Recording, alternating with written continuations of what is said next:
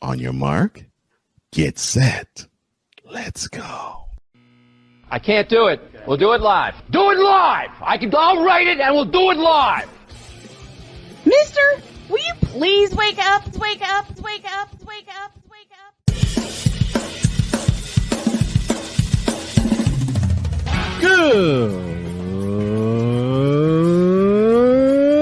Good morning. Kevin Durant, you should have left California. This Brownsexual upset me in having to bring this teenage idiot from Wisconsin into a sports conversation. Are you really surprised that the Cowboys are giving up on Ezekiel Elliott? Whoa. Hell no! Well, no one cares about baseball. Bitch, are you for real?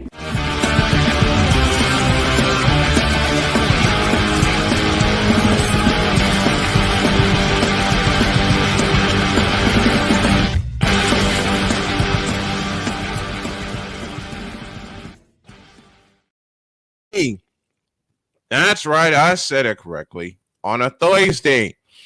Good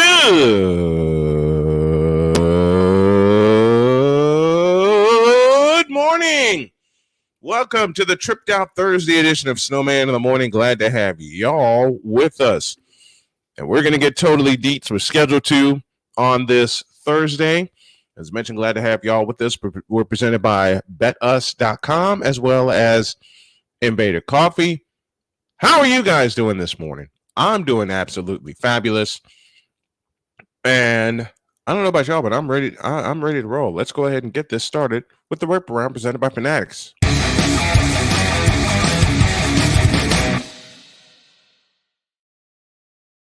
We start with this. Von Miller's desire to eliminate artificial turf is very personal. The three-time All-Pro edge rusher tore his right ACL playing on an artificial surface in Buffalo's game at Detroit last Thanksgiving. Von Miller said, quote, "This game was built on grass. Grass is safer. It feels better. I've been injured twice on artificial turf, so I know what it does to the fingers, toes, and back." Along with Miller, 49ers tight end George Kittle and Packers offensive lineman Dave Bakhtiari are part of Pennington's Flip the Turf campaign. I love this. Urging players and fans to sign a change.org petition calling for the 16 stadiums that use artificial turf to switch to grass. The NFL Players Association has long been calling for all teams to switch to grass fields. In April, the Players Union released studies from 2012 to 22 that show a significant increase in non-contact injuries on artificial surfaces versus grass fields. The NFL, in defense of artificial turf, is pointing to 2021 when the number of injuries on both surfaces, I'm sorry for the bad start, was close. Who cares? Everything should be played on grass. What do you guys think? That's our question of the day. And Victor, I know you're here. I want you to type this in the chat. Excuse me while I get situated. Should all NFL fields flip to grass? I say yes. I say yes. We'll have more as we go along, but I want to hear what you guys think. Frank Vogel led the Lakers to an NBA title in his first season in Los Angeles by finding a way to mesh the skills of stars LeBron James and Anthony Davis.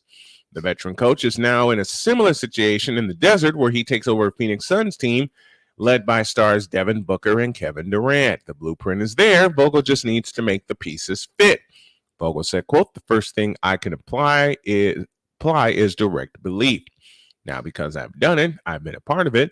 If the talent is in place, that you can galvanize a group and take the league by storm," close quote. Vogel did just that with James and Davis, leading a team that went 37-45 the year before to the franchise's 17th NBA title in the Florida pandemic bubble. We don't count that championship, do we? I certainly don't. And I got quite a few reasons. Then there's the plight of the Oakland Athletics. The Las Vegas relocation effort was dealt a significant setback Tuesday when lawmakers in Nevada failed to take action on a bill that would have provided $380 million in public funding for a $1.5 billion stadium on the Strip. State Bill 509, which faced significant opposition in a very limited period for public input, did not advance out of committee before the state's legislative session expired at midnight. That scuttles whatever hopes the club had of Major League Baseball voting to approve the A's relocation at this month's owners' meetings and calls into question how much appetite the state has to accommodate them. This gets even more and more hilarious by the second. And you know what, Oakland A's? It's your fault. Fix it. Now the NBA coaches may soon get a second challenge to use if the first one is successful, a la the NFL. The current rule gives coaches one challenge per game, whether they're right or not. The league's competition committee is weighing on whether coaches should be rewarded with a second challenge opportunity to use later in the game if the first one is deemed successful. Byron Spruwell said, quote, "We feel like it's an incremental movement that we could potentially like to see. There's an appetite for it. We'll see whether it comes out," close quote. No. Eliminate the challenges. You're taking the human element out of the game. Brandon Montour streaked home to... Let me try this again. All these stories I'm getting courtesy of A, my executive producer Cole Johnson, and B, USA Today. Brandon Montour took a baby break between the first two games of the Stanley Cup Final, with his wife Ryan going into labor earlier than expected. The Panthers defenseman left Las Vegas not long after the series opener and flew back to Florida on a private jet. Montour made it in time to be there for the birth of the couple's first child, a son they named Kai. Love that. He returned for game 2 and played 26 minutes, 13 seconds, the most of anyone on either team. Montour said, quote, "I tried to get there as quick as I could. Luckily, I was there for it all and got to experience it with her." The baby's due date was June 18th, and the plan was to induce labor on June 14th. Ryan instead went into labor just before game 1 started, but Montour didn't learn that general manager Bill Zito and coach Paul Maurice told him just after the final horn, and the journey began. I would be going nuts if that were the case with me. I would be going absolutely bananas. But being a proud papa, you go through that. Last but not least, Jesus Lazaro said, quote, "I'm a healthy 22-year-old. I shouldn't be gasping for air or missing oxygen. I'll leave it at that." Close quote. This is on the basis of Major League Baseball postponing Wednesday night's games in New York and Yankee Stadium in Philadelphia due to unhealthy air quality. Canadian wildfire smoke that turned New York's skyline into an eerie hue of orange early in the afternoon produced an air quality index that reached near 392 near Yankee Stadium as the team and Major League Baseball officials met to determine the status of the game against the Chicago White Sox. They postponed it. They will play today. To everyone in New York and Philadelphia, please, please, please stay safe while these wildfires are being battled. And that's this limited version, I beg your pardon, of the Whip Around presented by Fanatics. Y'all.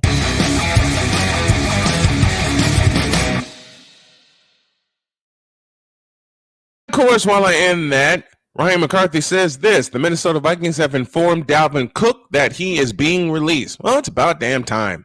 What's he done for the Minnesota Vikings? Huh? What's he done to help get them toward the Super Bowl? Nothing. I'll leave it at that. Good morning. Get ready for some craziness as we open the doors of Valhalla and get totally deets. We will do that after the break. Hawk TV says Jokic is a monster. Yeah, you better believe that. Tried to tell you. Tried to tell you. He already knew that. He's just giving us a mess. Mitch Kofsky in the house with us. Good morning to you. Like if there was a Space Jam sequel, you must put Nikola Jokic in it. Maybe. Just maybe. Good morning, Snow Crew. It's Thursday. The Hog TV. Don't make me get my bad pants on. Oh, Lord. And, of course, Sick Diggy with us from Norway. Good morning to you. We'll pause for a short break, and when we come back, we're going to open the doors of Valhalla and get totally deets. And from what Deets told me, he's got a doozy. Back in a minute.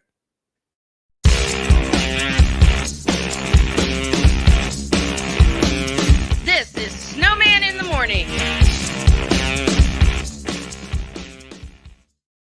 I'm in another lane, I'm a different breed. I'm everything you can never be. I'm next level. Next level. Thursday nights are wrestling night on CSTV. Tune in every Thursday night at 7 p.m. Pacific to see all the amazing Next Level Pro Wrestling stars on Thursday Night Throwdown on CSTVNow.com and the CSTV app on your Roku device. Quinn. Moment of clarity. I haven't watched BET in years. KP. Drake needs to come back with another triple platinum album. E Digger. And then you have Ray J. Like, I can't stand that River Cricket. The Guru. Okay, the level of crack she's smoking, I don't want it. BS3 Network proudly presents the Knucklehead Chronicles podcast, where from card tips to hot topics to meep of the week, anything goes. Live every Sunday at 2:30 p.m. Central.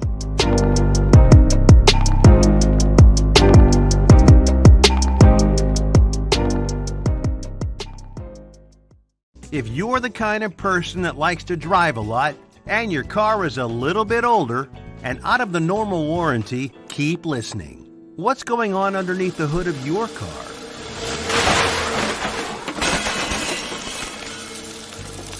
If your car is out of warranty, you're at risk of expensive repair bills.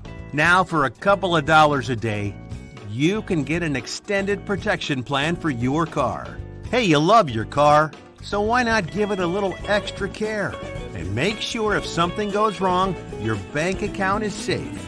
Literally, for a couple of dollars a day, you can give yourself peace of mind that you purchased a top-tier vehicle repair coverage plan. Call the Auto Protection Network right now and ask how you could save an additional $500 on your policy. Call 877-845-0463. Call now. Do you use Viagra or Cialis? What if we can promise you the same results for less than $3 a pill? We'll do the math for you. You'll save more than $16 a pill for the same results. Want more? We'll give you 40 blue pills or 40 yellow pills for $99 and add 4 more pills free. You save more than $500. Stop overpaying for Viagra. Ordering is fast and easy with your pills delivered to your door in a non-marked package. Call now. Now, I'm known as the guy who can fix just about anything, but the technology in most appliances requires very special training to fix. And that's why my family has Choice Home Warranty. Choice Home Warranty covers over 25 major home systems and appliances. That's your AC, heating, plumbing, kitchen and laundry appliances, and so much more. Call Choice Home Warranty now before something breaks down. Get protection for your heating, AC, plumbing, kitchen and laundry appliances, and more. Call 800-973-6121. Passionate. Come after me! I'm a man! I'm 40! Unflinching. Let's go back to losing. Parking was easier. Unrelenting. They're not gonna keep him off the field tonight! Totally. This one has a chance! Dates.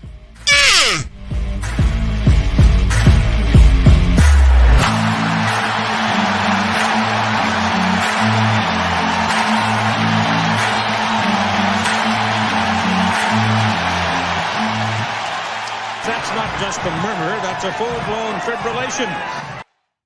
With axe in hand, here is the man we call Chris Dietz, and he joins us right now. What up, Dietz? Good morning. Check your mic. My mic? There you go. I got you. Oh, all right. There we got you. How we doing, Dietz? I'm doing all right. How are you doing, Snowman? I got my coffee. I got my show. I have you. I got the folks in the feedback zone. Can't get any better than that. Where did you find that weapon anyway? You found that when? Last year? This one, this was actually a gift from my brother. Okay. My brother gave it to me for Christmas. Okay. So he gave me both. He gave me this and he gave me Mjolnir. So you use both of those to chop the mainstream sports media down, in which you correctly predicted the NBA Finals. By the way, I just love how, you know. I'm a big fan. I'm a big fan. Even though I don't like watching them on TV, but I love Jalen. I love the Jalen Rose show. I used to love Jalen and Jacoby. And Jalen always has his baseball bat. Mm-hmm. So that's where you got that. That's why I say when I'm on I always need my axe. So it's always just something to have. All right, who we chopping down? Who we chopping down today? Well, what we're going to do today is we are going to take a step into the DeLorean.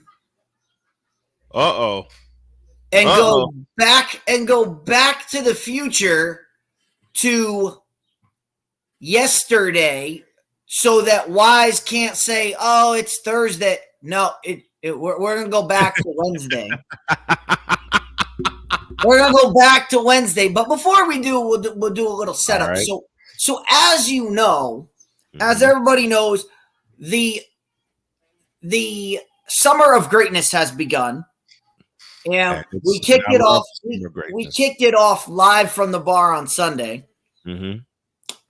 And you know, of course, I'm doing the show live from the bar, and people are starting. You know, they're looking at me like, what the hell are you doing? Like, what is going on? You know, some people are engaged, some people are not. Some people are this, that, and the other thing. Of course, when I finish, you know what happens, Snowman. Mm-hmm. I finish my show and I get, dude, I would so come on your show and debate with you. Oh, yeah. I'm like, oh, yeah. And I'm like, I'm sitting right there. I'm not hiding from you guys. It's not like I'm hiding from you guys.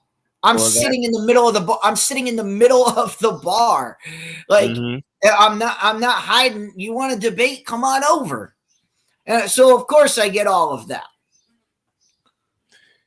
So what did they want to debate?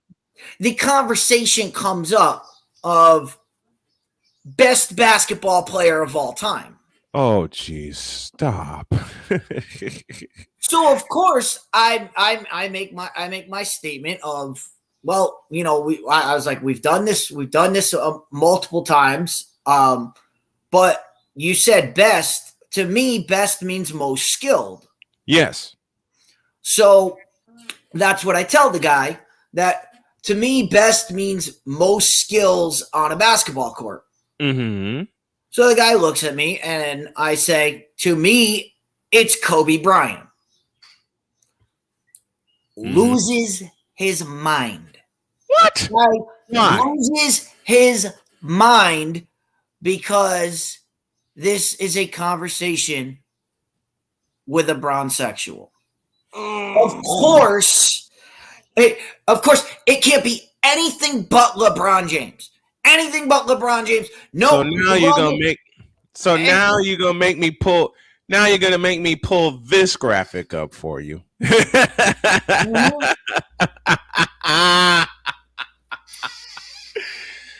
Because then I get the comments of, oh no, how can you run a sports contest and say nonsense like Kobe Bryant's more skilled than LeBron James? And I'm like, okay. Oh, you can't. Oh no, you did not get that one. So I got that one. Oh. So I got that, and I'm like, all right. I'm like, are you gonna let me explain this, or are we just gonna have? Oh no, there's nothing you can explain. There's nothing you can explain. I'm like, you need to explain your side, sir. And of course they won't. And of course they don't want to explain it. No, they don't want to explain it. They don't want to have. They don't want to have that. They don't want to have an honest conversation. No, they don't. And then the minute I concede to, they go, this is the direct quote that happened. Well, LeBron's a better passer than Kobe, and I'm like, okay, well, I'll give you that one because Kobe was a finisher in the triangle offense, which did not conduce him to being a facilitator. He was the finisher. He was the finisher. Exactly. Where have we seen that? So even though I could bring up the argument, I could bring up cases where Kobe Bryant can pass the basketball. Mm-hmm. I would have to concede it because the evidence is overwhelmingly in LeBron's favor. That's fine. Yes. Right. And so I say passing. All right, passing is fine. See, you're already agreeing with me. I said one skill. I said that's one skill. Right. What about rebounding? Oh. Rebounding. LeBron's 6'6". Mm-hmm. LeBron's 6'6", 240. He should be a better rebounder than Kobe Bryant because Kobe Bryant was a shooting guard that didn't get banged down low. Oh, see, I've already got two on you. I'm like, that's two skills. Two skills. And I'm like, what about ball handling? What about shooting? What about mid-range shooting? What about long-range shooting? What about free throw shooting? What about dunking? What about and so I go through all the skills. Yeah. No argument. No argument. Oh, you don't know what you're talking about. You don't know what you're talking about. Where am I going? Where am I going wrong? You gave me two, and that I listened to your argument and said, okay, I'll give you those two. Right. I'll take the other six. Last time I checked, 6 is better than 2. Yep. And therefore, I have to go with Kobe Bryant because, in my opinion, and then of course we get to dunking, which I get to dunking, and oh no, LeBron's a way better dunker, and I go, how many dunk contests has LeBron James won? I'll wait. I'll wait for your answer. And of course, there's no answer. The answer is he's never entered one. Never entered one. While Kobe Bryant won the dunk contest his rookie year. Yeah, 1997, 96, 97. Enough said. It's 1-0. Yep. Now, granted. Oh, that's just the dunk contest. It doesn't matter. And now they want to throw that at you. Oh. When you're talking about dunking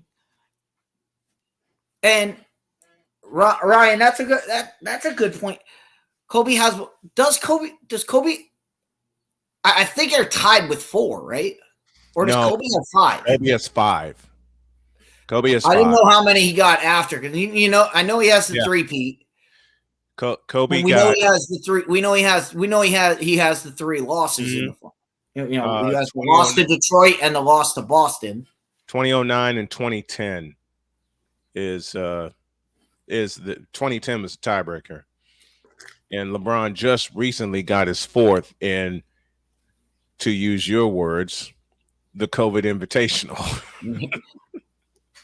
Yeah. So, but I'm sitting there, ever since I've had this conversation, Mm-hmm. I've been rattling this around. I'm like, yeah. I said Kobe is more skilled. Are there skills that LeBron James has that are better? Yes. Yes, there is. No one in their right mind would say, see, he's better at everything. Right. No, because LeBron is good at even I wouldn't say that. And I've had arguments like that myself. Even I wouldn't say that. I mean, come on. Mm-hmm. What about Dietz? You've ridden with me for 6 years. What have I always said? LeBron is a fabulous athlete. I've never said anything to the contrary. So believe me, I get it. I know I get it when you were dealing with that with this idiot. That's the other funny thing that I get that I got from this conversation, which, oh, come on, LeBron's size and speed is better. And I go, those are physical attributes, not skills. Physical attributes are not skills. Skills are what you do with the basketball. Mm-hmm. Oh, and then you gotta love. Well, and I'm like, and what about the big one? Kobe Bryant's a better on-ball defender than LeBron. Yes. No way. I'm like, how many defensive player of the years for LeBron? None. Big fat 0. Big fat Kobe 0. has 3 that I know of. Mm-hmm. Oh, that doesn't matter. They vote. They just vote. How many times? Because that doesn't matter. That's just a popularity. Now they want to say defense doesn't matter. Of all time. They're not. They would have if they had a chance to give it to him, they would. But they never had. They've never had the opportunity to give it to him because he's not a skilled defender. Mm-hmm. He's a great chase down blocker. He is a great chase down blocker. Fabulous at that. Fabulous. But the rest of his defensive game is it's not on the par of a guy like Kobe Bryant, who is a lockdown defender. Kobe Bryant was here. Who's your best guy? We're putting Kobe on him so he doesn't get the ball. Mm-hmm. Here's a stat for you. You know I love talking about defense when it comes to players and when it comes to all-time greats. LeBron has been named to the all-defensive team 6 times. All right? Listen carefully. 6 times LeBron has been named to the all-defensive team. You know how many times Kobe has been named all-defensive first team? 9. Ooh. I was going to be close. I was so close. I was going to say 10. So 9 times. 9 to 6. Okay. And between the triumphant that people love putting together, of course, I'm talking about Kobe, LeBron, and MJ. Which one of those 3 is the only one that's won the Defensive Player of the Year award? MJ. 1988. MJ won the Defensive Player of the Year in 1988. And as Cole has said often on this show, and the folks in the chat agree, that wasn't even statistically his best season of the year. It was the following year. It was 1989. I mean, love the fact that Bron has been voted on the all-defensive team, but Kobe has been voted on the all-NBA defensive first team. Big difference, folks. 9 times. It's amazing. I mean, it is. Where and we love you, Hawk TV, but where in what world is LeBron James a better shooter than Kobe Bryant?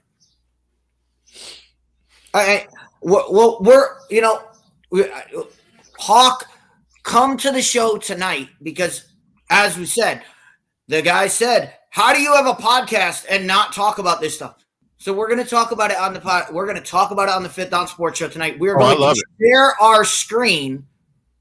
Look at the percentages. Yeah, that's exactly what we're going to do. So I'm not going to sit here and spoil myself. We'll look at the percentages. We'll look at 3-point percentages. We'll look at career field goal percentages, and we'll look at everything. I mean, score. This is where it gets me with Brown sexuals. Oh, LeBron James is the greatest scorer of all time because he scored the most points. Because he scored right. Okay, no, he's the greatest scorer of all time because he had longevity and scored the most points. And that's the only reason LeBron is shooting 50% from the field for his career. And MJ's just a tick under 50, if my memory serves me correct. I'm looking it up now. MJ played 50. And there's a reason why LeBron averages 26 points a game and Michael Jordan averaged 27 or 28. It's like a point.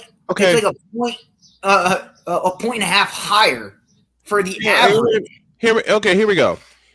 Hog TV, let me destroy your argument. I'm looking at the percentages right now. I'm looking at the averages right now. Okay? And I'm going to arm Deets with a lot of weaponry. The career scoring average for LBJ is 27.2. Okay? Keep that in mind.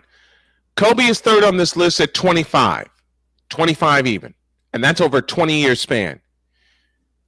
Michael Jordan's career scoring average? 30.1. 30.1. That's insane. And that's with him shooting 40. Well, you can round it up to 50% from the field, 49.7, 32 from deep. And here's the other stat that I bring up a lot. One of the skills that you mentioned, Deets, was free throw percentage. Let's knock him down. For his career, Kobe shot 83.7, MJ 83.5, and LeBron is sitting at, y'all ready for this? 73.5. Nah. That's quite the difference.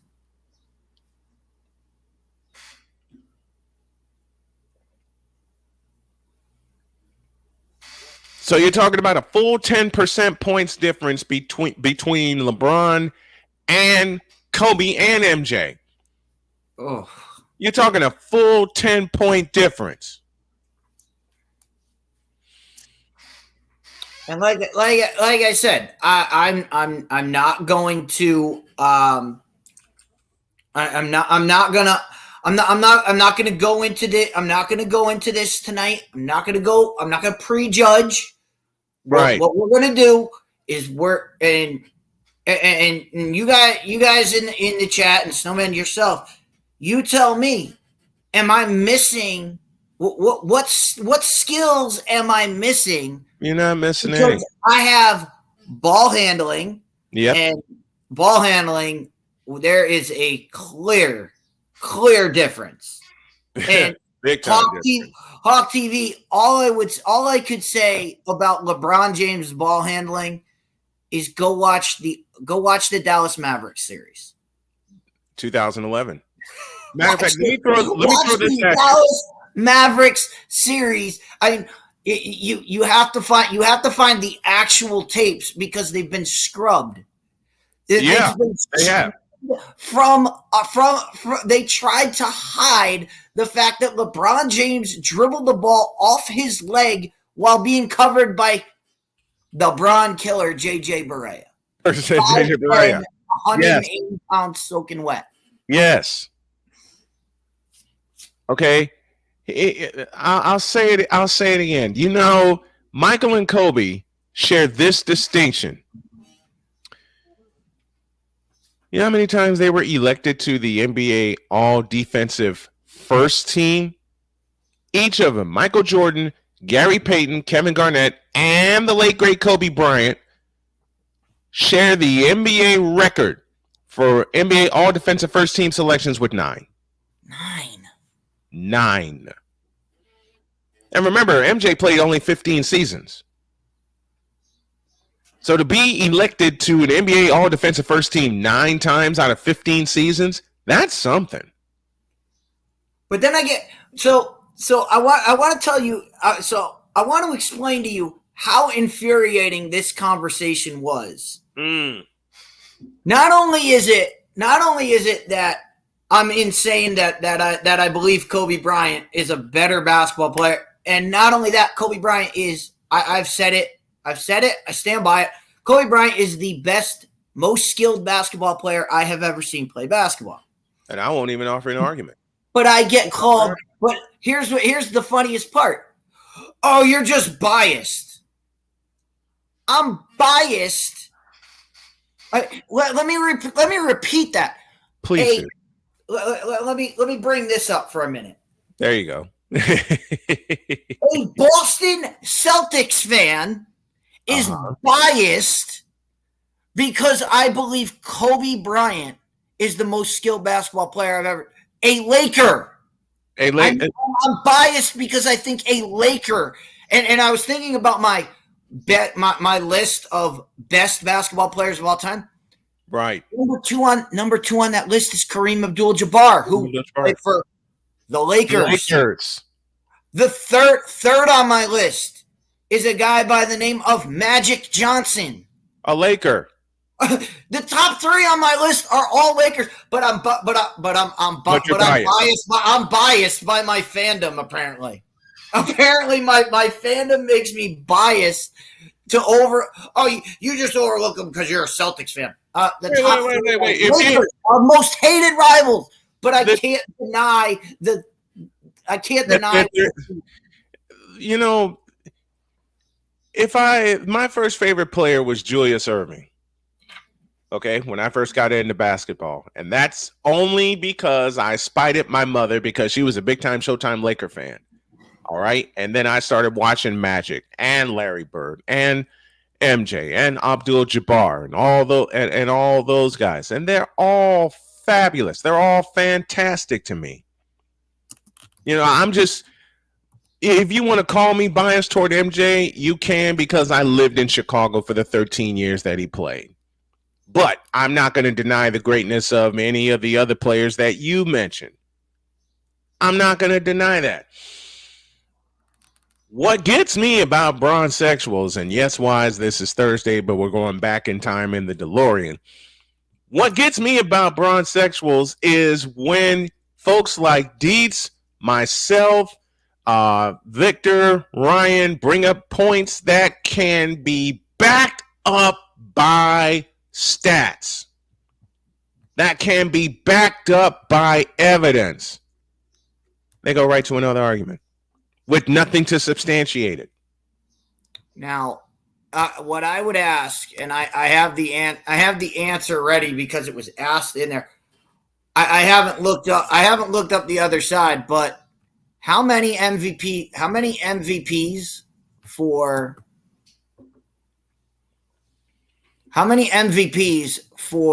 LeBron James? 4. LeBron has 4? Mm-hmm. LeBron has 4. Well, Kobe Bryant has 4 as well. So it's an even trade. Mm-hmm. 2002, 2007, 2009, and 2011. Mm-hmm. So, more strong, my ass. Okay, you know what? This is where I make Hawk TV shrink in the corner. Wait. Oh, there's more. I have a discrepancy here. A discrepancy? What kind of discrepancy do you have, sir?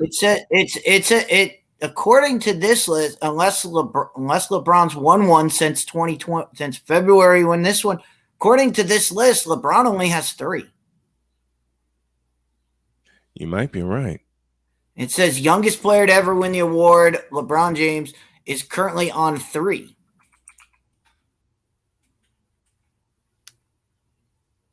So Hawk, that might not be a winning argument here.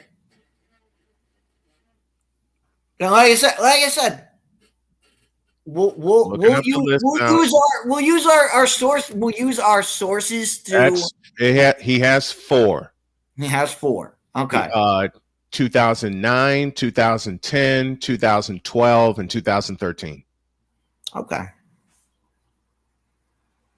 12 and 9, 10, and so they were both repeats. 2009, 2010, and then 12 and 13.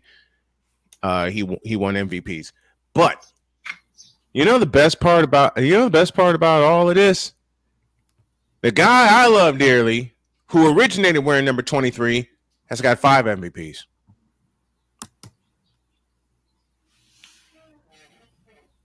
Matter of fact, I'm going to confirm it with the list I have in front of me.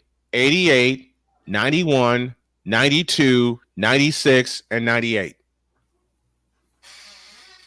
And using Dietz's logic, which is correct, 5 is better than 4.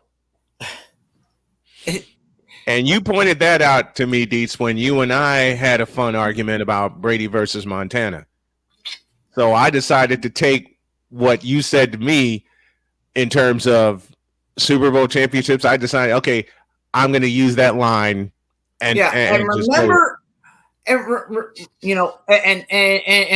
got this line. I got this line during this argument as well. If you remember, back in the days when LeBron was there, and everybody said, LeBron could win it every year, so that's why they don't give it to him.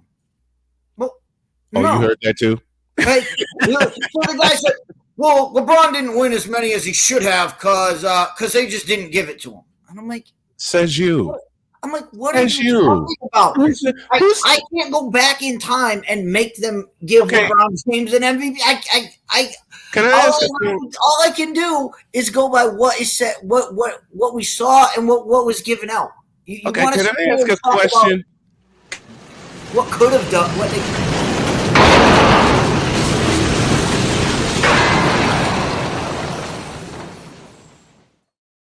Damn you, Cole. I promise I did not push that button. I promise. but in order to drive this argument home, and Victor is correct, Derrick Rose won it in 2011. I'll throw another point. And good morning to Tom O'Boyle and the folks at CSTV. Based out of Northern Nevada, out of Reno, Nevada, and our West Coast audience from Reno to Sacramento. I'll throw this. We all want to talk about, the number of MVPs that LeBron has. Kareem's got 6 of them. Do you know Kareem Abdul-Jabbar's got 6 of them? 5 of them came with Chris's hated rival, the Lakers. The Lakers. You can't argue this stuff, man. You can't watch this stuff, and you couldn't watch Kareem Abdul-Jabbar and look at the skill level that he had. They not only did Kareem have such great skills, he was so overskilled that they tried to take skills away from him and make dunking illegal. So they made it illegal to dunk the basketball his freshman year of college because that's all he could. That's what they said. That's all he does. He just dunks on people. So we're not going to allow him to do it. So what did Kareem do? He was so skilled. He created his own shot. He created the skyhook, the most unblockable shot in the history of the game. not only the most unblockable shot, the most indefensible shot. Yeah. The most indefensible, I've made this argument. The two most indefensible shots in the NBA, the skyhook and MJ's fadeaway. But the most indefensible shot in NBA history is that skyhook, because when I played basketball, I tried that skyhook and it just didn't work out. I mean, you can't. That skyhook is teachable. You can't teach 7'2", 265. Right, and then Kareem invented the sky. Nobody had ever done it before. No one had ever done it. And then Hakeem Olajuwon came on and took it to another level. Took it to the next level with the dream shake. With the dream shake. Here, let me go back to '85, the NBA World Championship Series, and to answer your question, Hawk TV, that's a draw because the times are different, so the skills fit the times. But the most indefensible shot is that skyhook. Imagine if Jokic had that skyhook. Good Lord. And I love Nikola Jokic. Love Jokic. Okay? Let me take you back to 1985, the World Championship Series, when it was called the World Championship Series. Thank you, CBS. We're back. We're in Game 5. We're in the Forum. Parrish and Kareem went back and forth for about a good 4-minute stretch in the fourth quarter. Matter of fact, Parrish hit a couple of shots. Larry Bird hit a couple of shots, including an over-the-head flip on an offensive rebound. Where'd the Lakers go every single time?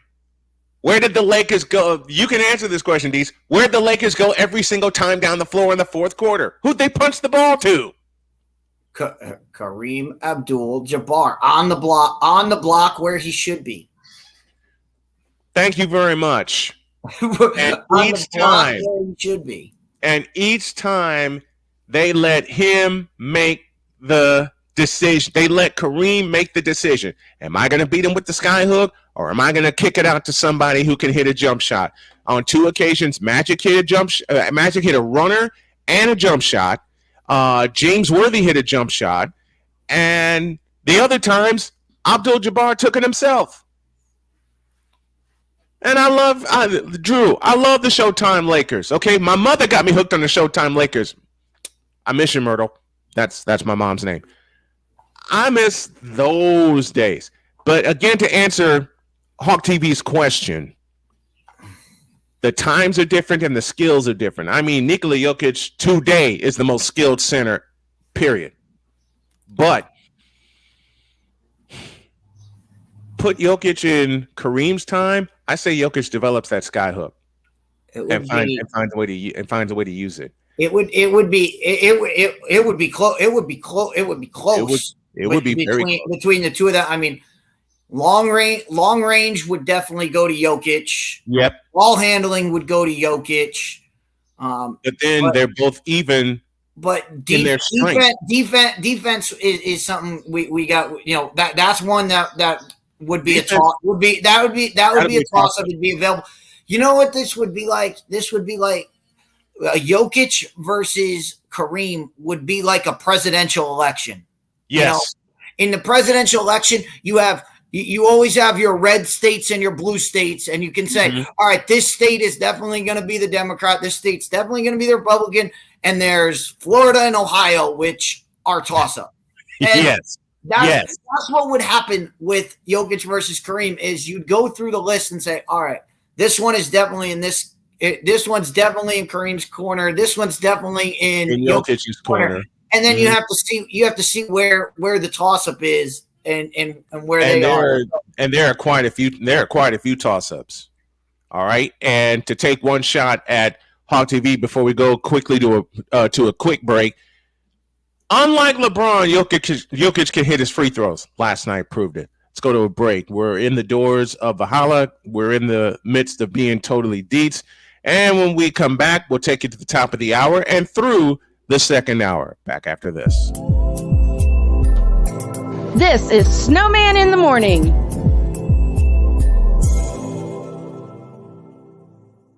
Here's an important message from the Diabetes Solution Center. Do you like pricking your fingers to test your blood sugar levels? No one does, but it's important to maintain your health. And now, by wearing a small remote device called a continuous glucose monitor, or CGM, you don't need to prick your fingers anymore. It's easy to use and helps you make more accurate diabetes treatment decisions. If you are testing your blood sugar 3 or more times daily, injecting insulin, or using an insulin pump, call the Diabetes Solution Center right now. And if you have Medicare or most major insurance coverage, you may be able to get a new CGM at little to no out-of-pocket cost. Shipping is free, and we'll even bill your insurance company for you. If you are testing your blood sugar 3 or more times daily, injecting insulin, or using an insulin pump, call the Diabetes Solution Center right now to learn how to end the painful finger sticks and get your own continuous glucose monitor, or CGM, at little to no out-of-pocket cost.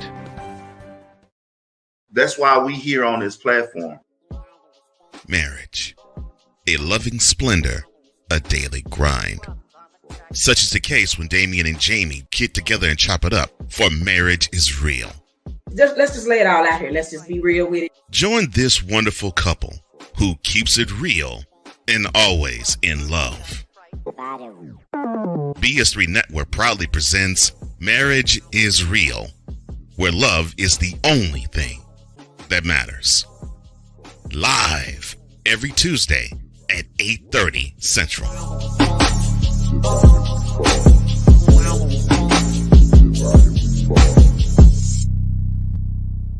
Oh, and Jamie has something to say. Deuces and trays. SeatGeek is the ticketing app for fans like the High Five Strangers guy. Game-winning interception. First down. Just a nice, solid tackle. If you're in arm's length, you will be swapping skin with this extrovert. You see, he knows SeatGeek got him a great deal on tickets, so he can focus on what he does best, smacking palms.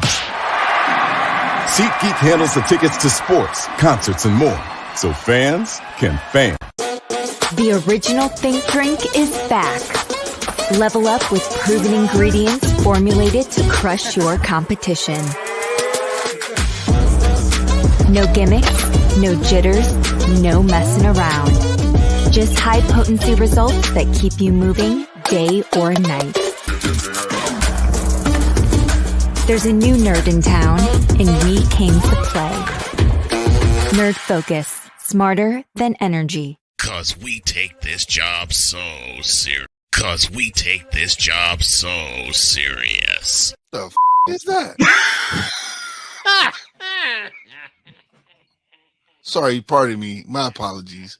What in the all types of blue hell? This is Snowman in the Morning with Cole Johnson. It most certainly is the best morning show on the planet. And now we are your midday sports-tacular.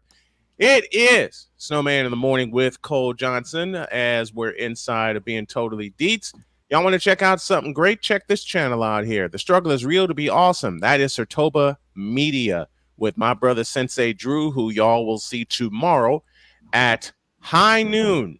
Programming announcement beginning July 10th. The Brian Snow Show will move. Dang nabbit. And I think that's what I needed. The Brian Snow Show will move to 4 p.m. Eastern time, and we'll go from 4 to 6. That's beginning July 10th. It'll be after the holiday and after I come back from vacation. Christie's joins me. Let's take him to the top of the hour with a little college football, because we got something big planned for this coming college football season, do we not, sir? It's gonna be so big. It's gonna be so much. It's gonna be so much fun to call games live, to call games live, and again to just be able to watch the game and give you a perspective of people who love the game of college football. By the way, yes, college football would be great. We need to start calling college football by its rightful place of the greatest sporting event of all time, which was our kickoff episode of the Summer of Greatness. Greatest sporting event won by college football. If you didn't think how big of a that, landslide was it? How big of a landslide was it? The best thing about the Summer of Greatness is you never know what's going to happen. It's all about the matchups are completely random, and the categories are chosen at random. So it's not like we're setting this up. However, second round matchup, we had NFL versus the NFL, an NFL football game versus open wheeled racing, which I put to the Indy 500, the Grand Prix, all of that kind. More. I was thinking more F1 because I wanted it to be F1 as opposed to NASCAR. I didn't want to lump racing together, so I split it. Okay, let me say hi. NFL versus the NFL versus basically F1, and I'm gonna like that. We let the judge pick. We let as we call him the judge. He's a patron at the bar. We let him pick the category. Right. The category he picked was the more international sport. Let me say hi to Just Fans Podcast. Go subscribe to his channel. He says, "Morning, y'all." Shout out from Houston. So the NFL got knocked out in the second. NFL got knocked out in the second round. Once the NFL got knocked out, you knew college football was going to say. Yep, it was a free for all. College football took it. Go subscribe to the Just Fans Podcast.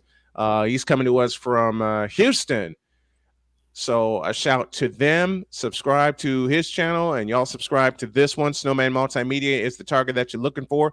We're at the top of the second hour. Dietz is hanging out with me. One more subject for you before we let him go, but we have to do this correctly and send y'all into the second hour of Snowman in the Morning, and the second hour begins right now. Time for hour 2 of this spectacular. Ryan McCoffey now joins us this morning. That's what you need to do to beat Josh Allen. You need to make him uncomfortable. Hour 2, time for some Spivey notes. And here's Jay. Well, I know he's only in his third year, but they're just wasting Justin Herbert. Hour 2, the hardest working content creator I know, the playmaker. Hey, LeBron James, the greatest scorer of all time. Hey. Hour 2, the one, the only Christopher Dietz. They rewarded Ohio State for not playing, and they punished USC for playing. Hour 2, Sam Shady. Oh man, it's been a roller coaster ride if you were a Philadelphia Stars fan. Hour 2, that's Big Ben, the man in charge of the BS3 network. And if I see Kurt 2 Chainz Cousins out. Hour 2, Chris Bay's joining us. Oh my God! Oh, this game! Oh, way to go, Sammy! Hour 2, YSL. Oh man, I thought I missed it. What in the all types of blue hell? Time for hour 2 of this spectacular, and it starts right now.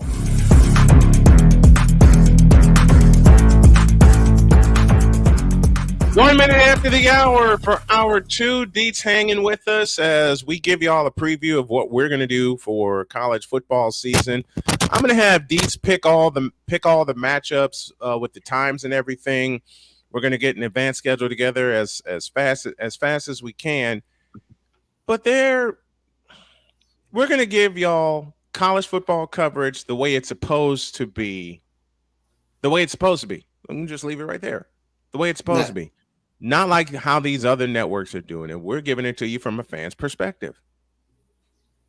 I mean, you look at how these networks these networks that have taken over, they have given their way to we're gonna bring people on who we're gonna bring our Sunday announcers on, people who talk the NFL, who talk about the NFL all the time. We're going to bring them on and let them do the college. And what does it turn into? It turns into, well, this guy's going to get ready for the draft. It turns into let's just make this about what they're going to do at the next level. Yeah, it's not a long draft. It's about what's happening right now. Embrace the game that's happening right now on the field. We got plenty. There's plenty of time to talk about what this guy's going to do on the next level. Let's enjoy what's happening at this level. what they're doing at this level is much more important.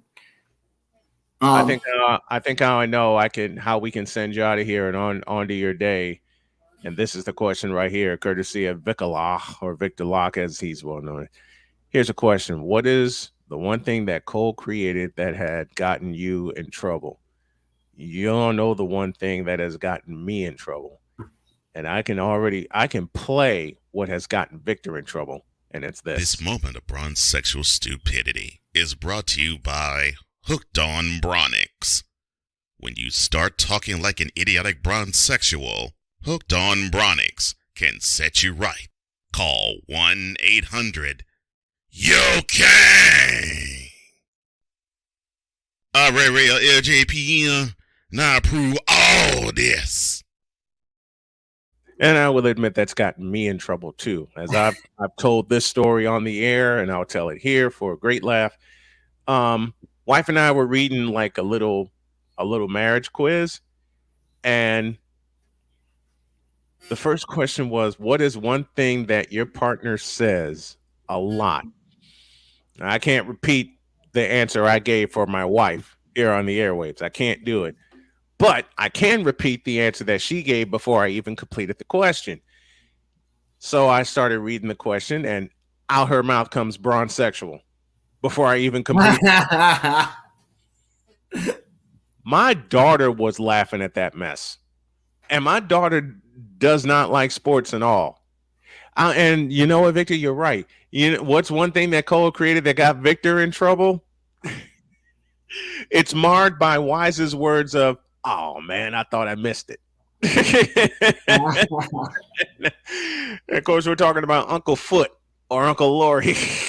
I was gonna say that's what got Victor. That's the genius. That's the genius. When it was Uncle Foot, and then she becomes then she becomes Mumra. That was great. That is all kinds of Cole genius. I'll tell you what got me in trouble. I can't just point to one thing that gets me in trouble because of Cole, but I can tell you the chief thing that gets me in trouble, and it's this. In a world where partial greatness is celebrated and total greatness is shunned. Just hearing that, I don't have to play the rest of it.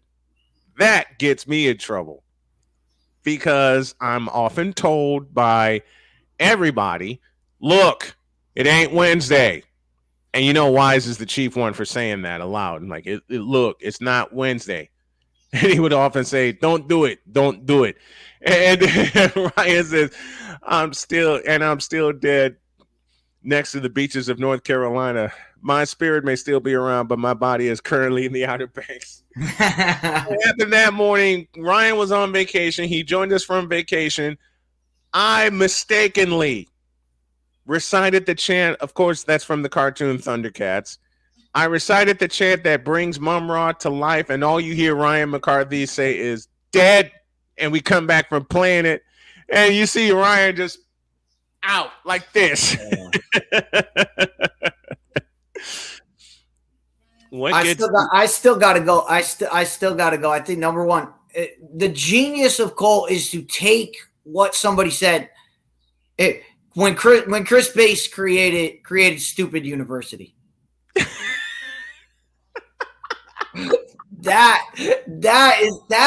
It's like, and the thing about that is like, it's like a minute and a half long, and everything is just absolutely completely awesome.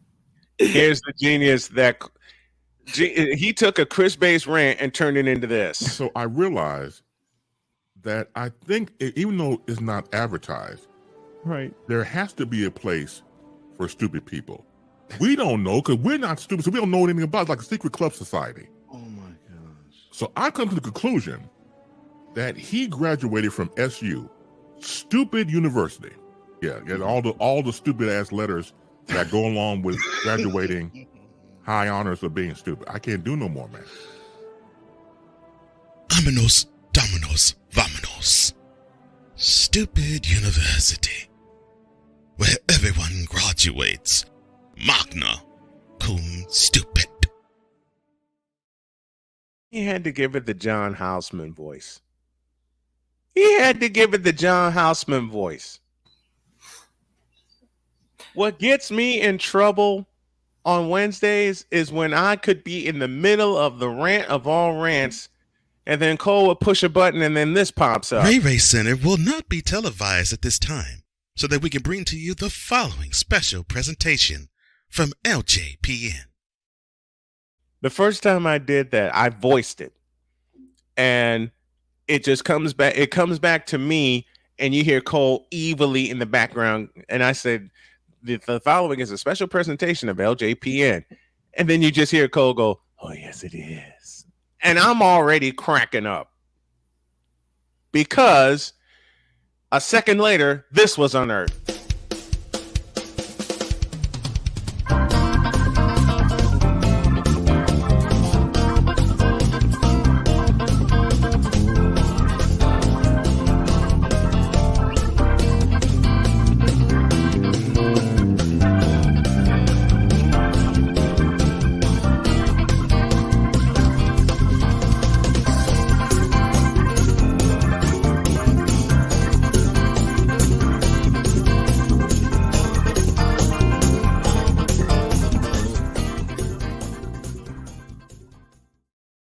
That right there.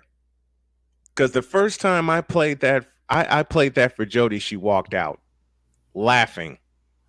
And that last part right there, acknowledge him and be set free. What?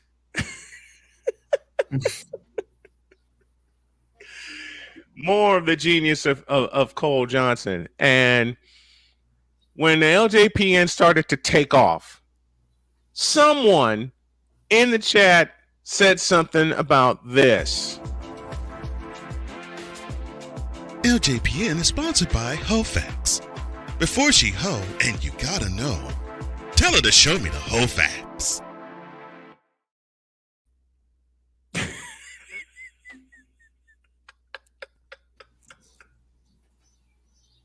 Again, just able to take a moment and just make it into an entire segment.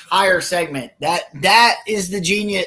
That's the genius of Cole, is to take a throwaway line that Chris Bass had and make it into a promo. That's amazing. Last year around my birthday, day before my birthday, as a matter of fact, Cole and I off the air were talking about one of the best movies around in Pulp Fiction. The next day, which was my birthday, it was on a Thursday, something was said in the chat. I forgot what it was. And before I could respond, I hear this. I don't remember asking you a thing. Sent the whole place into hysteria. Speaking of, and I'll send them to the chat. I've got a couple good one. I've got a couple good movie clips that I think you and Cole will appreciate in adding to your repertoire. All right. I found some good ones. Okay. I'll preview them for you. I can't do them justice though. It's the scene from Ghostbusters when he's given the shock therapy. I'm getting a little tired of this. Now I gotta find it. I've already got it. I'll post them in the Snowman Army, and then you guys can have at it. But I was looking for him the other day, and I found them all. Or the part when he goes, or the even better line is after when the young guy quits and he goes, effect. The effect is it's pissing me off. I could use that for Wednesday, especially. I was looking for the perfect one so that I could get them all, and I've found them. So I'll definitely post them in the chat and I got it. Gotta have that. They're so awesome. Okay. This is a double play. We were talking about a game, and then Cole does this.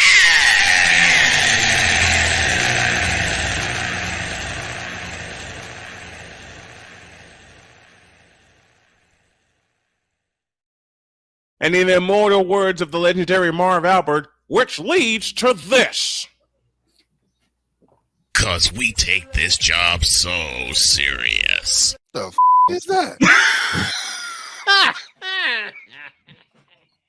Sorry, pardon me. My apologies. What in the all types of blue hell? This is Snowman in the Morning with Cole Johnson. That actually happened. That happened live on the air. Fun fact, today is the 39th anniversary of the release of Ghostbusters. In other news, I'm old. No, you're not, Ryan.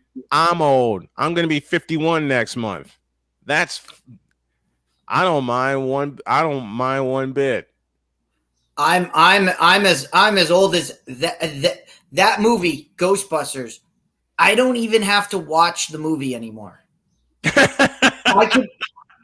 I can recite the entire movie off the top of my head. I can recite the entire movie, and so I don't even. I can watch the movie anytime I want because I can just go.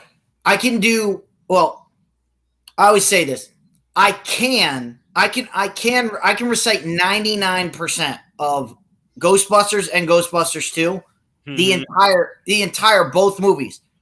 I can do 100%, but I refuse to do it because I do not do the birthday scene because it's the worst scene in the history of movie, of cinema. It infuriates me with a passion. Whenever I see it on TV, I will change the channel and go back. Or if I'm watching it and I'm streaming it, I'll fast forward past. I just don't watch it. Because I will skip over that part. So I can recite 99% of both movies. I can do them back to back off the top of my head. That's how old I am. What did Hawk TV say? It's cold blooded every time we play these.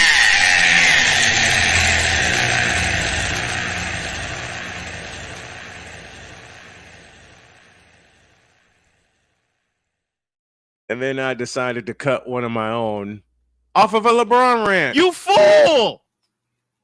And the quote associated with that, I'll have to explain it another time. That's Chris Deeds joining us here as he does every Thursday for this edition of Totally Deeds. Brother, also always a delight to have you. Love having you on. You know, as long as I'm breathing, you got a spot on the show, man. Always great to be here. Can't wait for Saturdays to come. But just to wrap this whole segment up, as I was told by multiple people after doing the Summer of Greatness, I'm coming on, and we're going to debate. Snowman, when have I ever said? No, don't come on the show. You disagree with me? Don't come on the show. I have said it from day one. Why we still have an open phone line for Thursday nights. Why we still have an open phone on every show that I do. Open phone line. We put the in the YouTube chat. We put the StreamYard. You want to disagree with me? Come on the show. I love to hear other people talk. I love to hear the other side. And I love every single time I get, I'm going to come on. Okay. When you come on, we'll have this conversation. I'll believe it when I see it because I've been told that many a times. Oh, I'm coming and you won't be able to handle it. Okay. Well, Hawk TV tells me the same thing, and he's too chicken to come on and debate with me. And of course, I'm kidding. As I say that, but it's so much fun whether you're here or I'm on with you doing Fit Down Sports. Because unlike others, when I tell Deets I'm coming on, I'm coming on. And we have so much fun going back and forth. Thank you, Deeds, so very, very much. I love you, brother. We'll do it next time. Absolutely. And we will be live again Sunday. We will be live at the bar. So if you want to have it in person, come on down. You want to destroy the summer of greatness? Come on in and debate whatever. Come to the bar. Show up. We'll sit you right in front of the camera. I'll move my seat over. You can share the screen with me. Show up and show out. Show up. We'll have some drinks and we'll hash it out. So good. There's a lot of people that want to have different discussions with me. Of course. And all I can say is bring it on. Bring it on. Like I said, I'm not hiding. I don't know how. You've never, in the time that you and I have been friends, which is now almost 7.5 years, you've never hidden. Because I'll bring a subject up on my show, and Deets will be the first one to look, Snowman, I'm coming on, and we're going to hash this out. And we do. And we have fun doing it. Thank you, Deets. Exactly. Appreciate you. All right, man. Passionate. Come after me. I'm a man. I'm 40. Unflinching. Let's go back to losing. Parking was easier. Unrelenting. They're not going to keep him off the field tonight. Totally. This one has a chance. Deeds.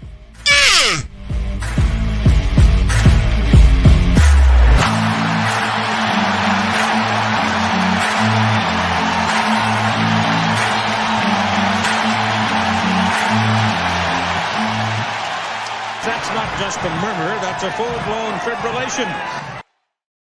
A break, and when we come back, Deebo Samuel is angry, and the NFC should be worried. Very, very, no, they should be afraid. Be very afraid. I'm going to get more coffee. Back after this.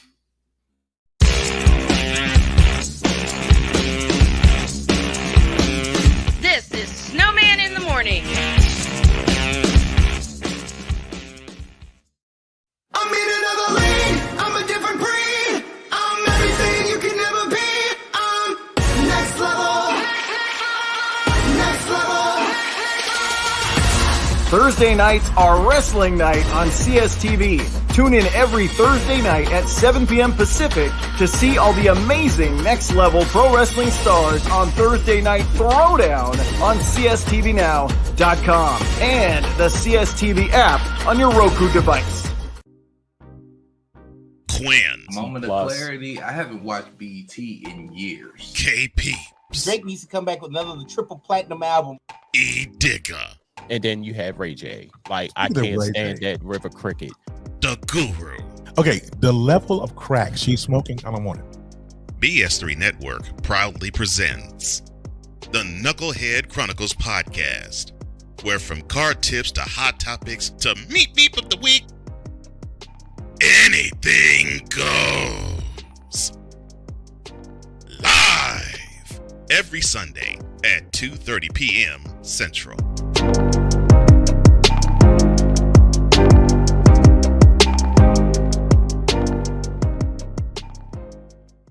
If you're the kind of person that likes to drive a lot and your car is a little bit older and out of the normal warranty, keep listening. What's going on underneath the hood of your car?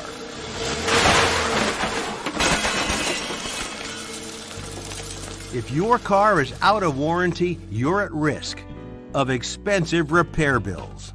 Now, for a couple of dollars a day, you can get an extended protection plan for your car. Hey, you love your car, so why not give it a little extra care?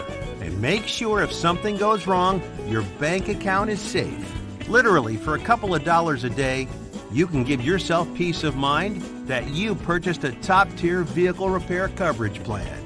Call the Auto Protection Network right now and ask how you could save an additional $500 on your policy.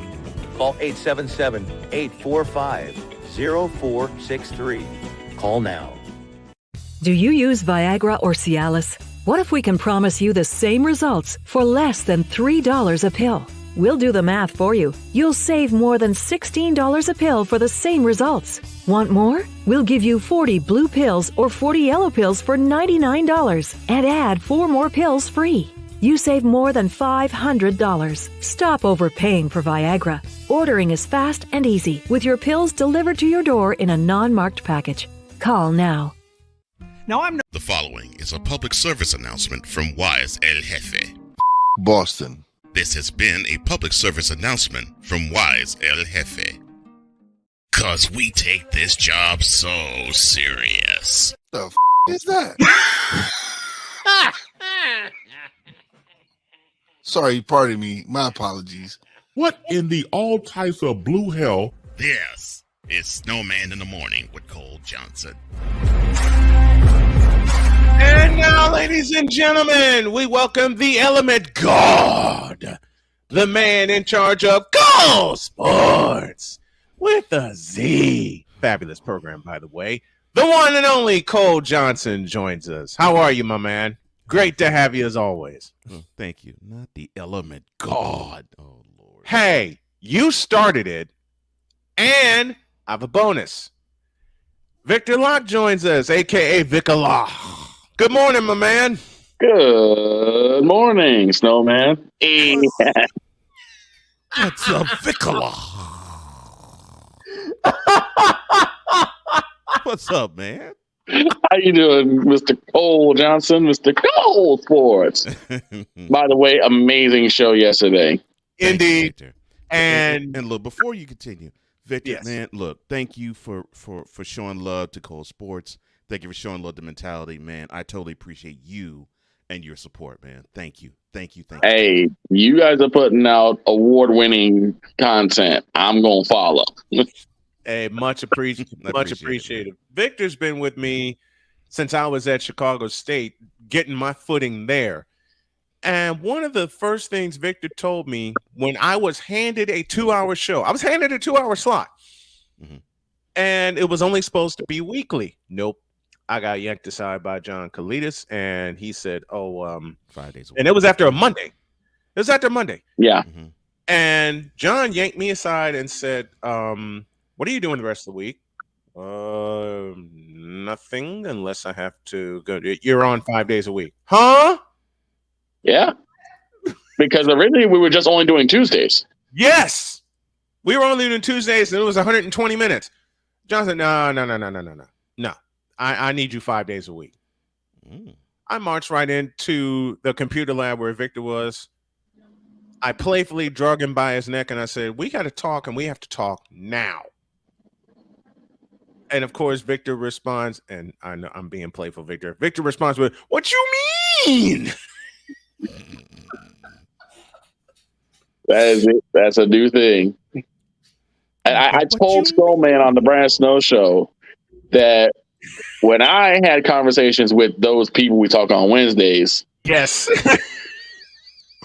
someone actually was, what you mean? Damn. What you mean? Oh, my God. And the person spelled it exactly how I spelled it. Exactly that way. That's why I'm not surprised. I figured you got that from whomever spelled it that way. And this was the Chicagoan who did that. Yeah.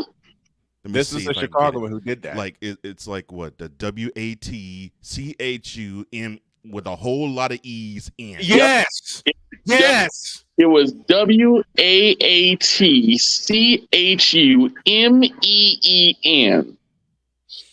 With a lot more E's in the middle of it. A lot more E's. Yeah.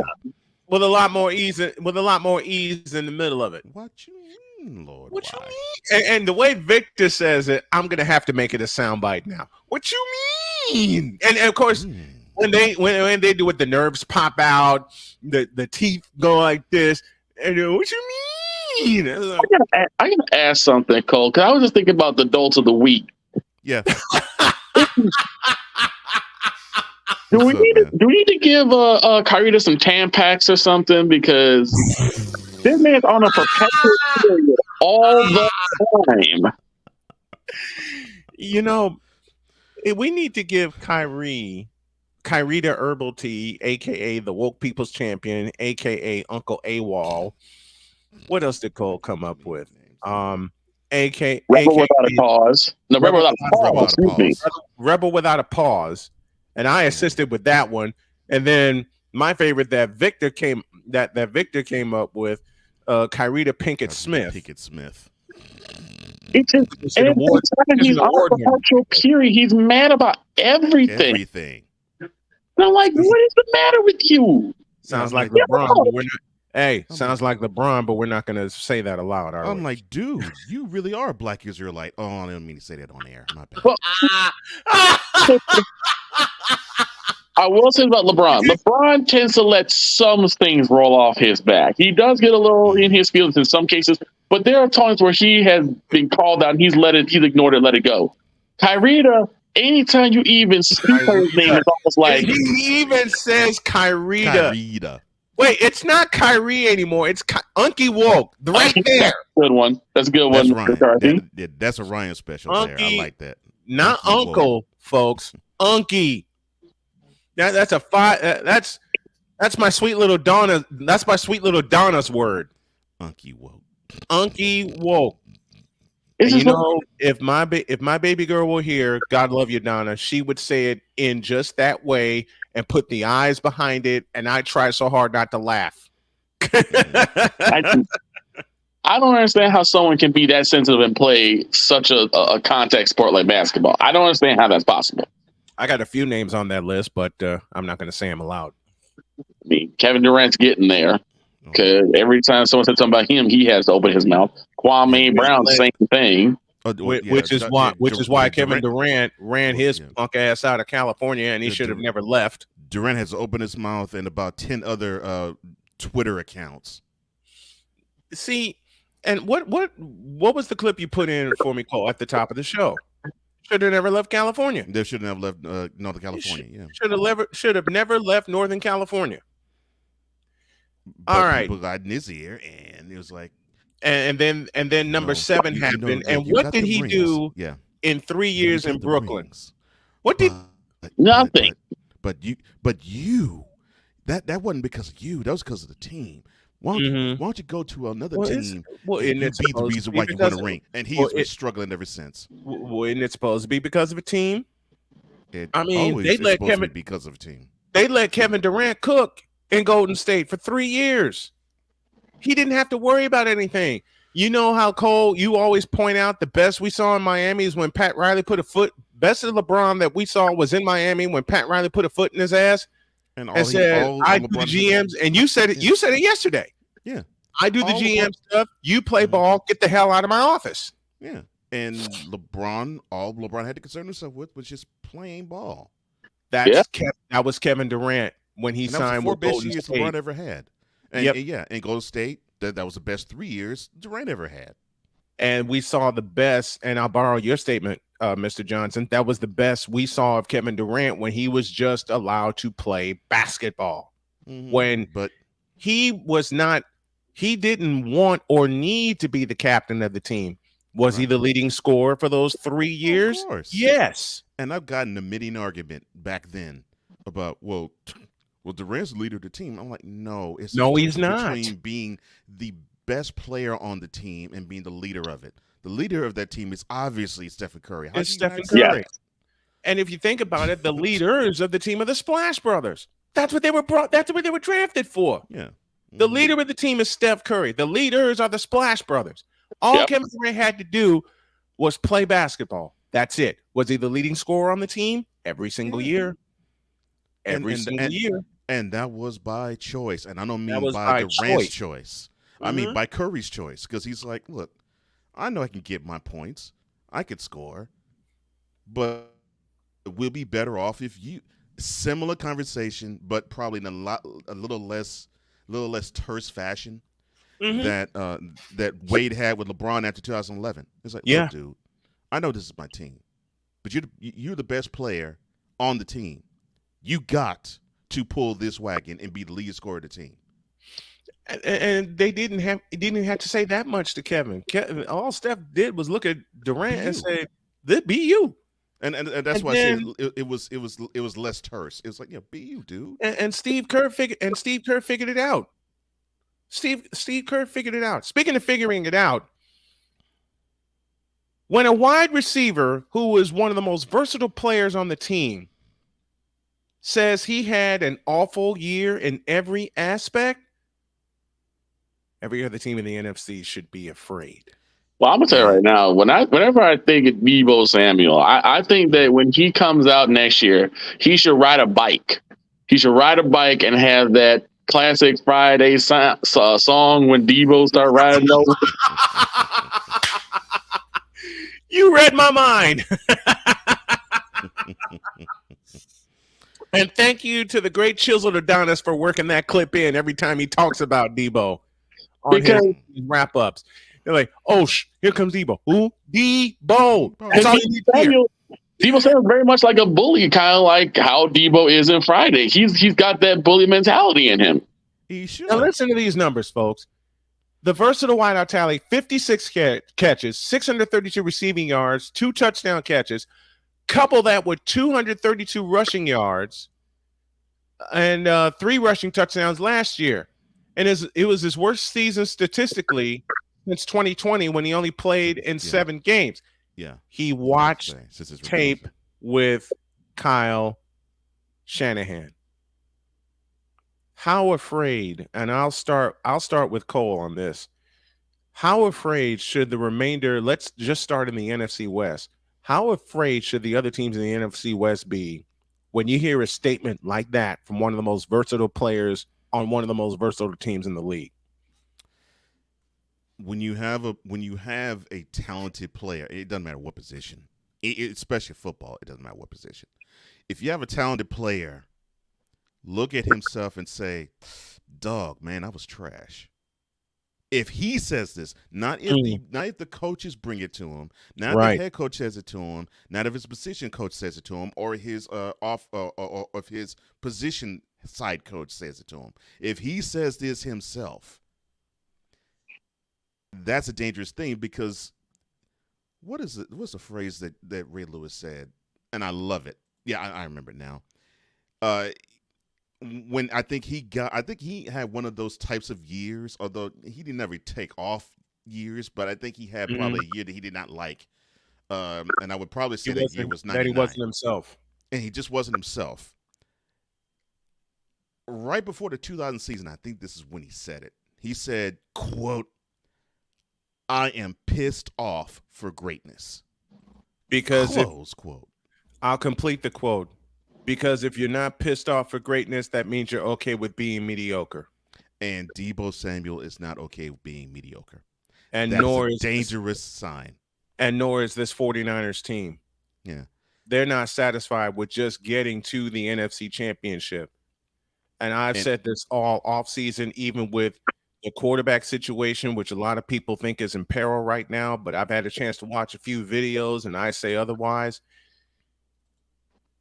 Aside of Philadelphia, this is the most versatile team in the NFC, and everybody should be afraid, period.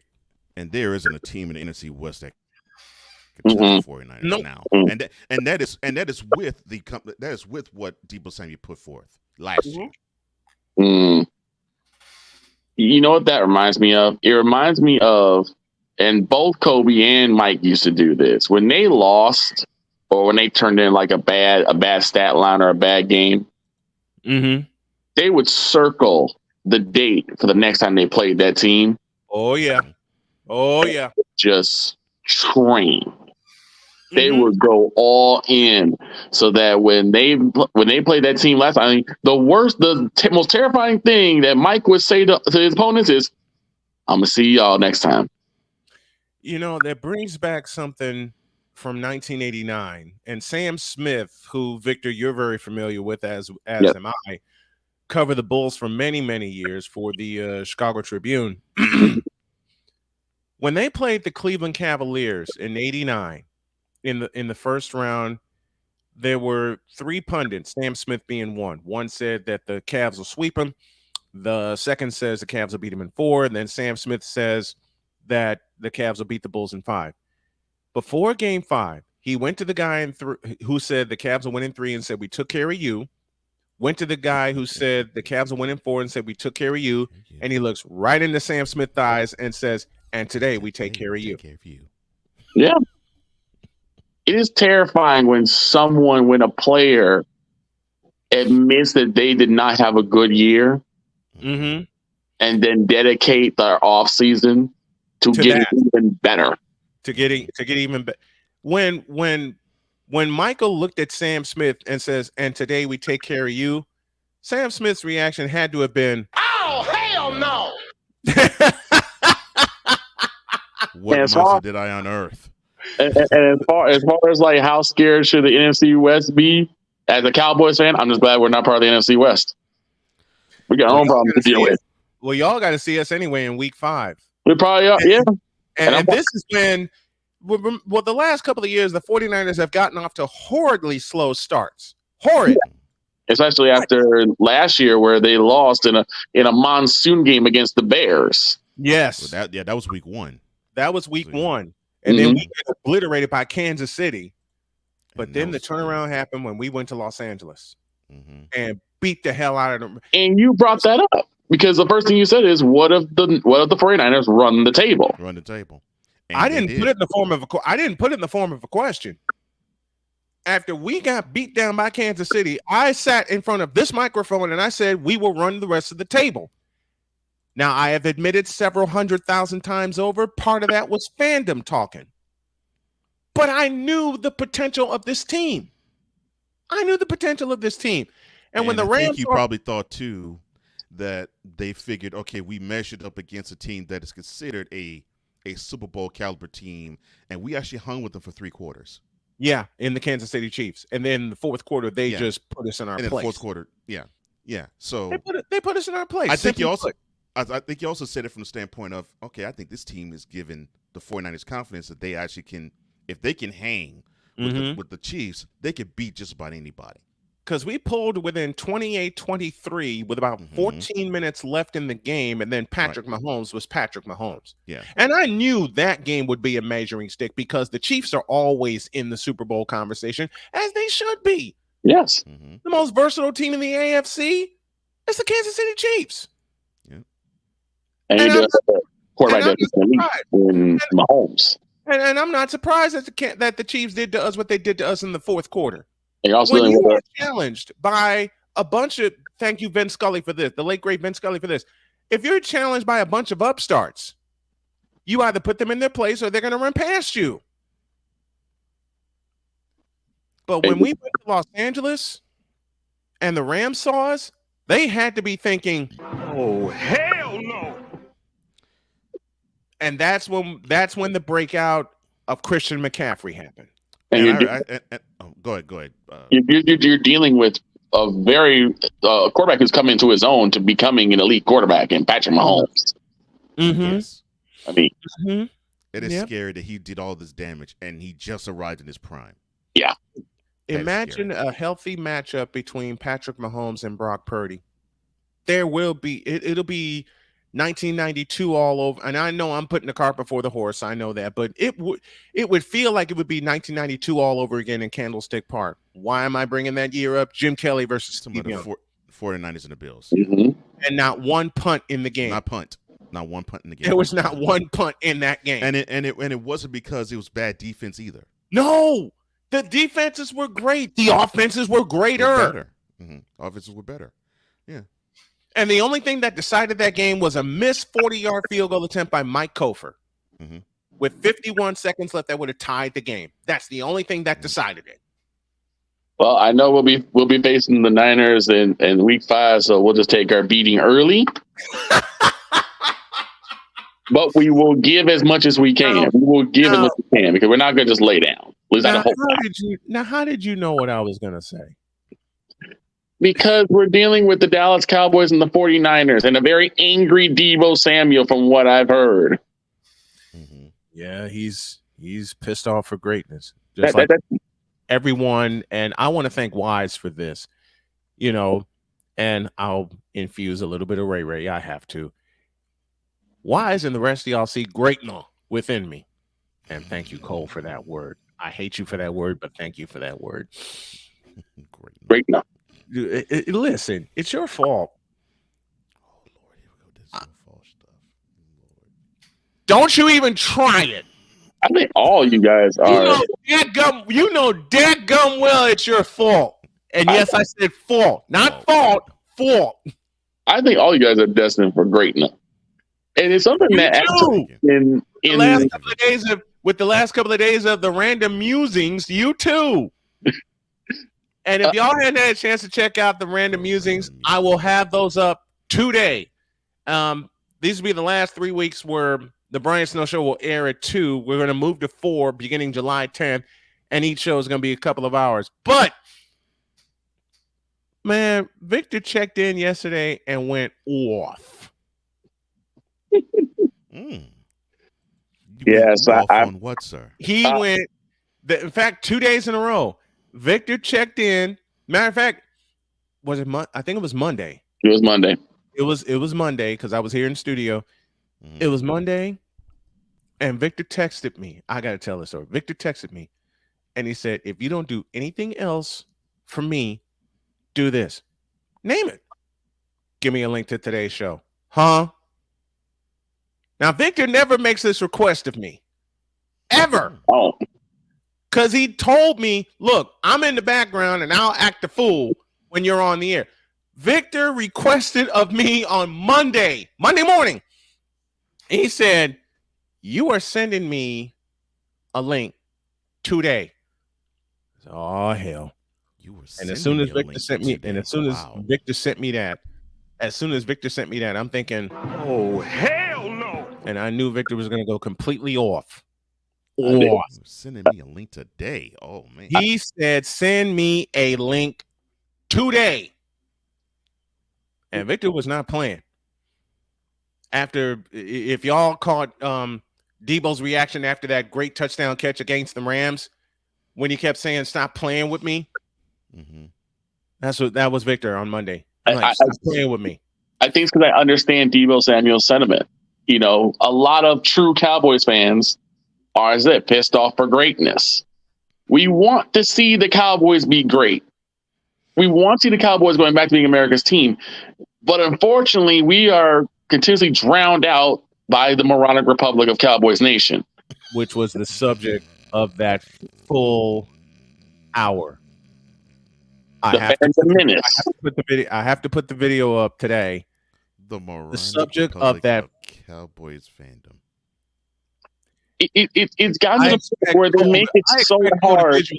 I expect Cole to visualize that element. The moronic Republic of Cowboys Nation. Here's the problem: is that when you hear the term Cowboys fan, what image goes through your mind?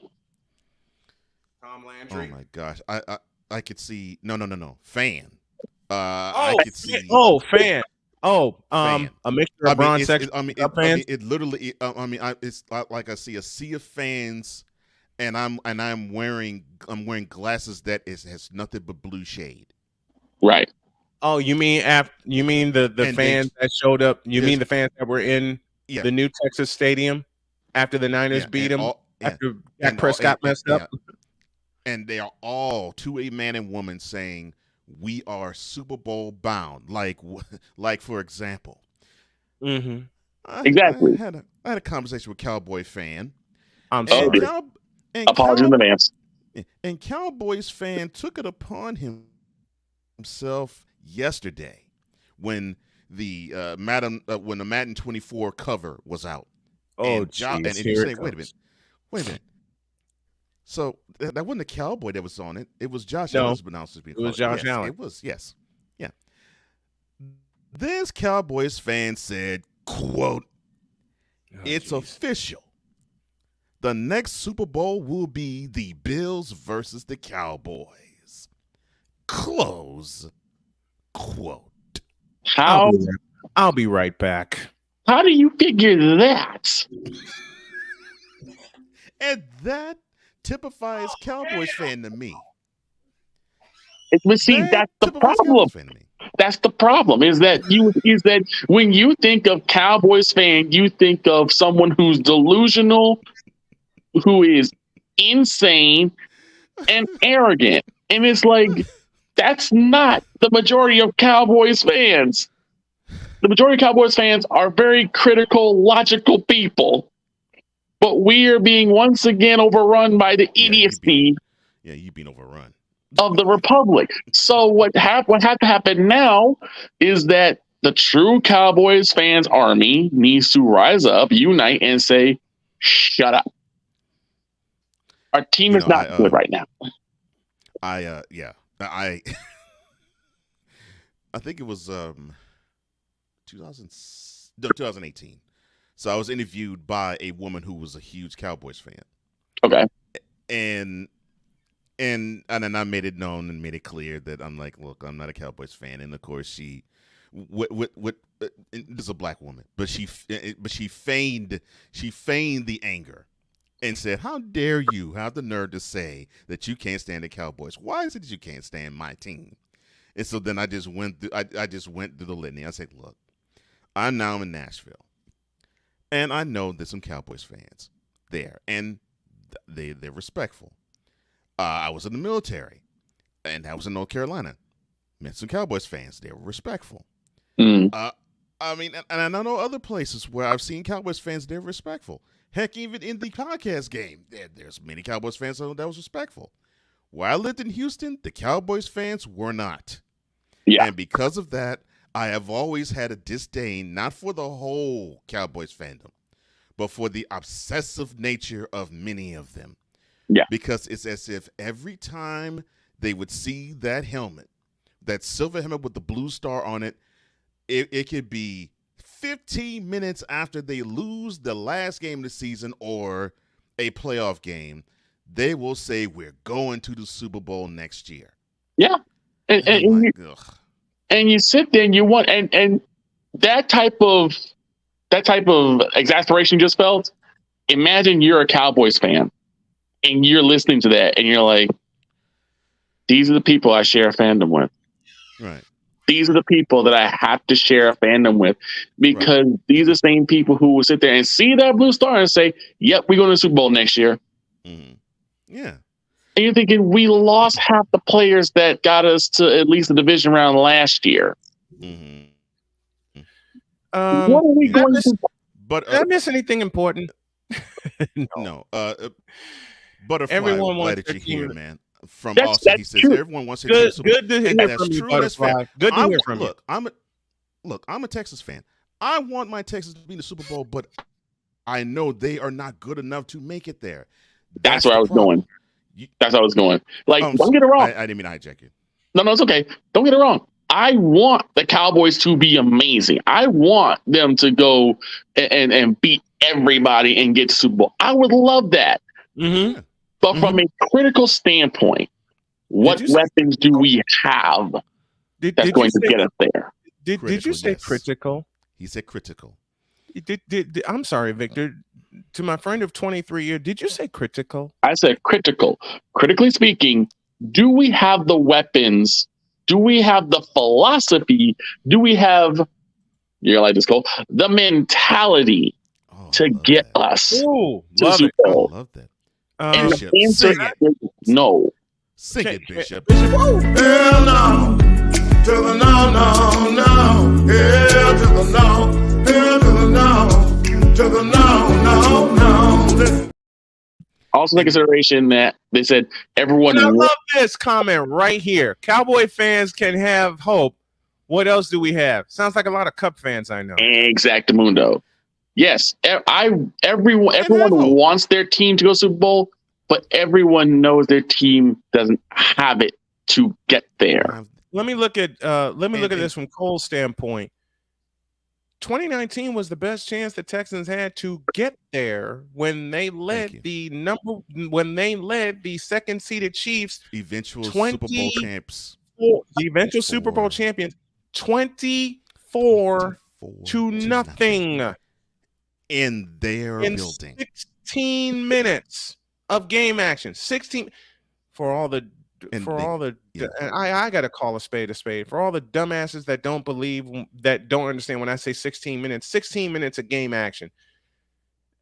16 minutes of game action, and it was 24 to nothing.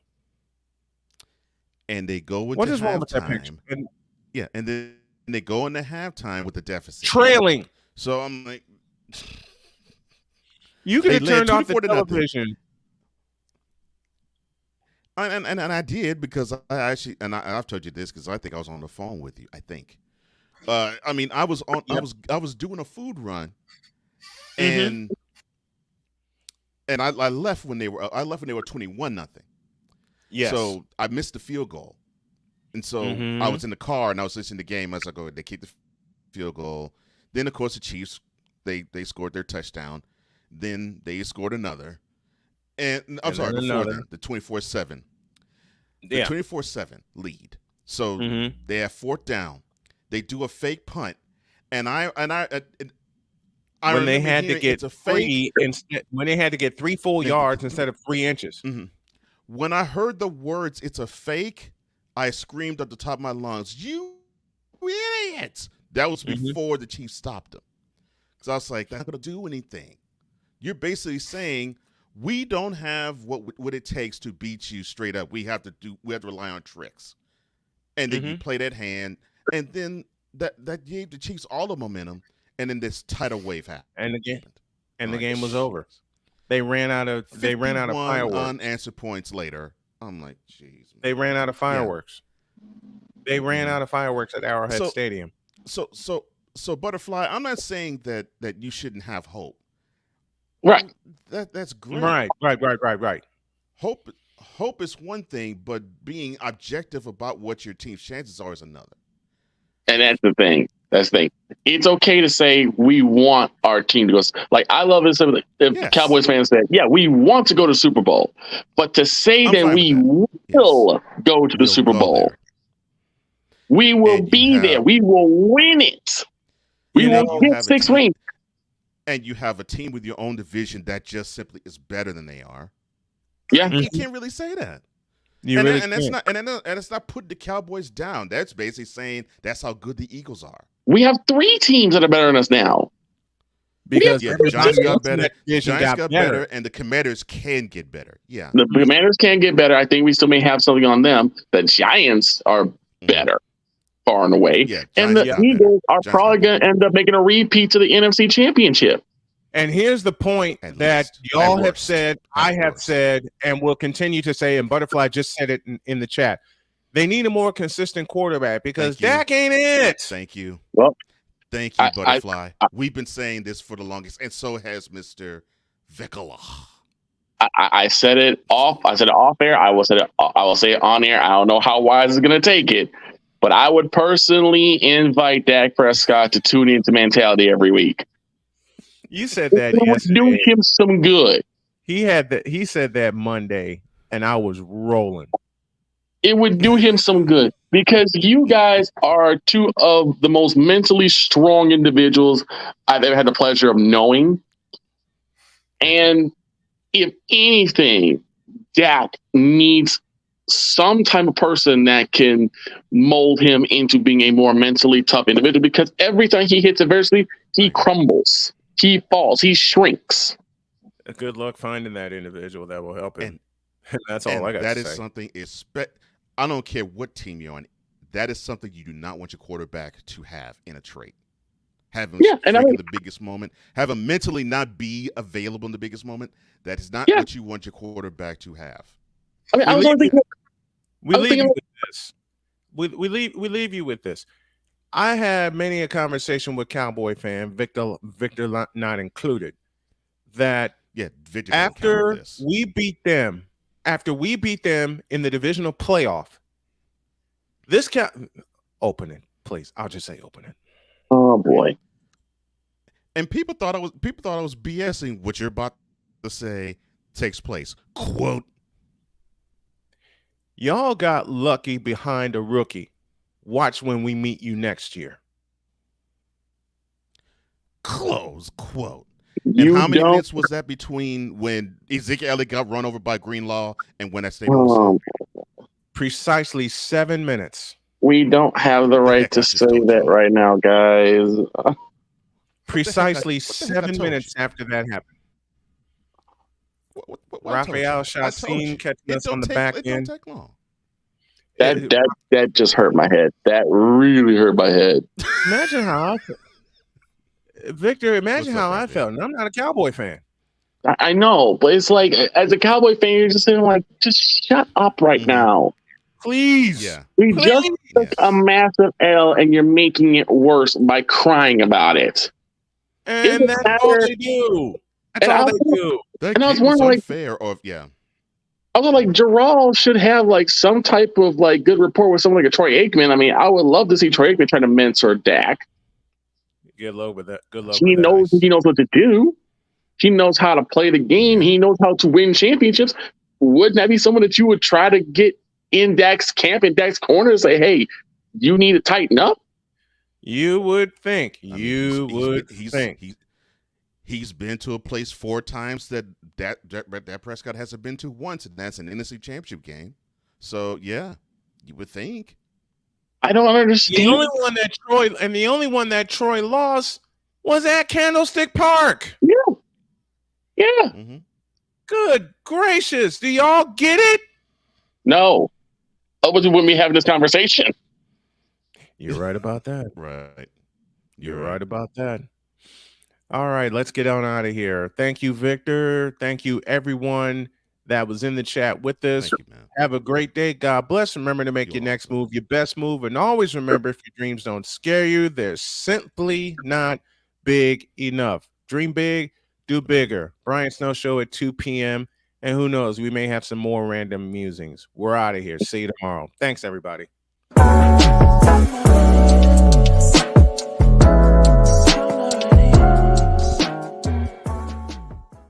Yeah, sports are great, but without your health, you get nothing. Like, I'm on the verge of dying, so, like, what's more important, really? Sports or being dead? Like, dead. And now I turn the floor over to you.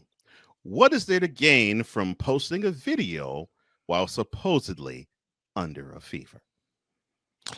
First of all, I don't wish anyone death. No, I don't wish anyone death. I don't either. But I might make an exception for Dave Portnoy's. Dave Portnoy. I could give 2 if he was home throwing up, vomiting. I could give 2. The first nominee for Moron of the Year, it was Dave Portnoy. Catch the television replay of Mentality, because you get to hear why it's go off on Dave Portnoy and Skip Bayless today, 5 p.m. Eastern, 4 p.m. Central, on the BS3 Network via Roku TV, and you can also catch it every night on the Snowman Multimedia channel. Thank you all for your support. See ya!